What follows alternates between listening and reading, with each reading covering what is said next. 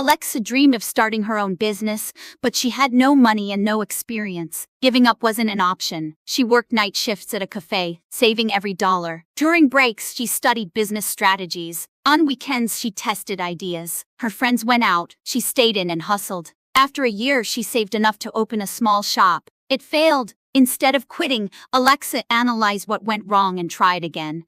Her second attempt, a success. Within 3 years, she ran a thriving business. One day, someone called her lucky. Alexa just smiled. Luck, I built this step by step, while everyone else was sleeping.